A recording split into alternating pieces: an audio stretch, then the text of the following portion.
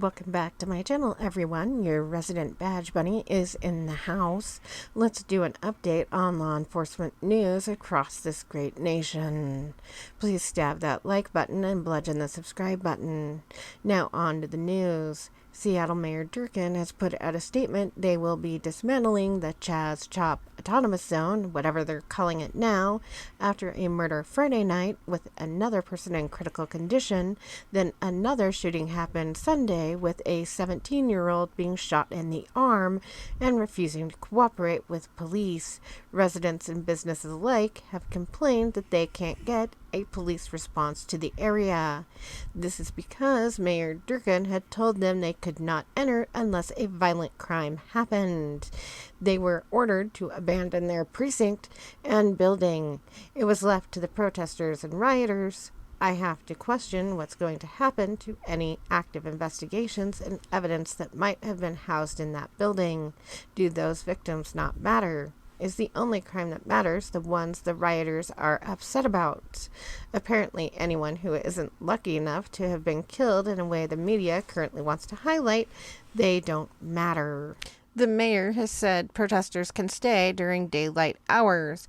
However, when police have tried re-entering the area because they were called, they had been met with extreme violence, and all ability to defend themselves has been taken away.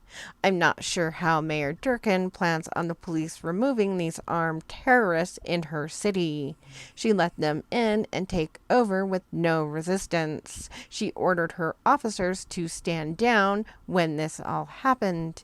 Even when a video of a reporter being physically assaulted was aired across the country. Even when photos clearly showing that these people had armed themselves with rifles and were patrolling the area. Even after a murder the police could not respond to because of a violent armed crowd, she has restricted her police at every turn. She took away all non-lethal crowd control options from pepper spray to rubber bullets. Apparently they're supposed to be using glitter and a therapist. During all this craziness, it's easy to overlook one of the most insane things that's happened in the Chaz zone. That is the Blackout Park. What is that, you ask? There were signs that stated the park was for black use only, or people with black ancestors. Now, I'm going to take a wild guess and say they did this solely based on the color of people's skin. White stood around the outside of the park holding up signs saying Black Zone. If this doesn't bring chills, it should. Apparently, segregation is alive and well in the Chaz. These protesters are obviously unaware of our past and the very real fight to end segregation, a cause many people died for, white and black alike. I guess they've never heard the Martin Luther King "I Have a Dream" speech. Now that area looks like an inner city mess. Graffiti is everywhere. The protesters camping in there are not using sanitation because there is no way for sanitation to be brought in. So they are urinating and defecating everywhere. They have trashed the area completely, caused millions in damages, not including the economic damage to the businesses in the area. Now finally, after 2 weeks of this, the mayor has decided that they must dismantle it because of the violence and that it needs law enforcement.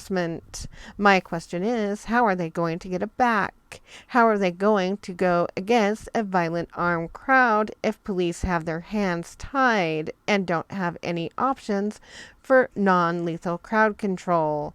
These same people have the nerve to blame police unions for police corruption, except how is that possible? The police in Seattle have a very diverse area with very diverse officers. They have very few claims of any brutality.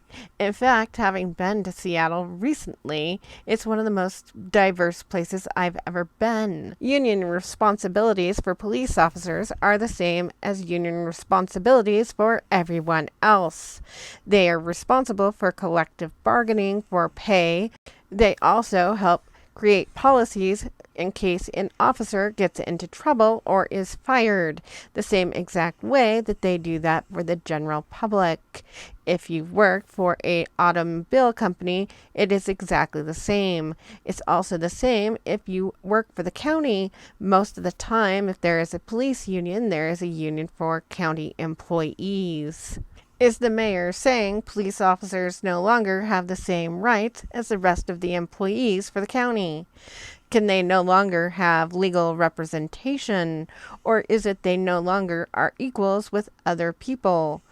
If they take away the right of police officers as city employees, are they going to take the rights away for a union for the rest of the employees? If they don't do so, how is that fair? Are they also going to lose their ability to have a union? Police officers are people too. They're just employees like everyone else. Police unions do the same thing that automobile unions do, such as Ford. Are we saying that Ford employees no longer get to have a union as well? In the end, unions create contracts that the mayor themselves sign. In the end, those contracts are always signed by an elected official. They have to agree to them. Unions don't just get to make up a contract and say, here you go. They have to be agreed to. So if there's a problem with these contracts, then we need to be holding the city officials responsible for signing them. Don't forget, these contracts generally make sure that everyone receives the same pay regardless of race, religion, sex, or anything else. So if you remove these unions, odds are you're going to see more racism within the pay and everything else, because that's what always seems to happen. In Colorado, the state just passed a law removing qualified immunity for police officers, in direct opposition to the recent United States Supreme Court ruling that was just upheld. What this means is law enforcement officers in Colorado can now be personally sued for violating someone's civil rights. If your employer determines you have acted against someone's civil rights, you're now in for a lawsuit. So if your chief doesn't have your back and is giving in to protesters the way that's happening in Atlanta, not only could you lose your job and face criminal charges without due process or even an investigation like a regular person, now on top of that, you can also be sued by these people. If you think that this is a good thing, I suggest you go look up some YouTube videos of police having people claiming their civil rights have just been violated, and see exactly who these people are and the claims they're making. This is going to be a huge mess. People constantly claim officers have violated their civil rights without actually knowing what their civil rights and obligations are. This bill will make it so law enforcement officers are now personally liable, meaning they themselves can be sued. If this extends to correction officers, I would quit immediately. The amount of money it's going to cost police officers in lawyer fees alone will make it pointless to be a corrections officer. Inmates file in court constantly. They have tons of time and nothing better to do. Sadly, I think other states are going to follow Colorado. If you live in Colorado and are a police officer, I strongly suggest you contact your insurance company and get a liability policy on top of your current coverage. These policies do not cost a whole lot and will bring you a lot of peace of mind. On top of that, I would also suggest contacting your current union head to get it put into the next contract. This type of coverage is now part of your benefits package. In other news, the hacker group Anonymous hacked into police databases across the country and stole millions of databytes of information. They posted these files online. It was a huge data dump and considered one of the biggest hacks in American history. In all that data from all those departments, was there any misconduct? anything showing departments across the country were somehow corrupt. Maybe a memo talking about how we're oppressing minorities or targeting black people or shooting people who don't deserve it. No, there was nothing. There was not a single document in any of that data, not one showing any corruption at all.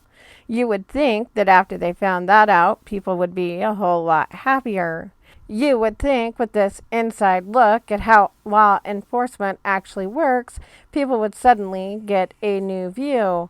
But really, all they learned was the same thing you could learn at any city council meeting.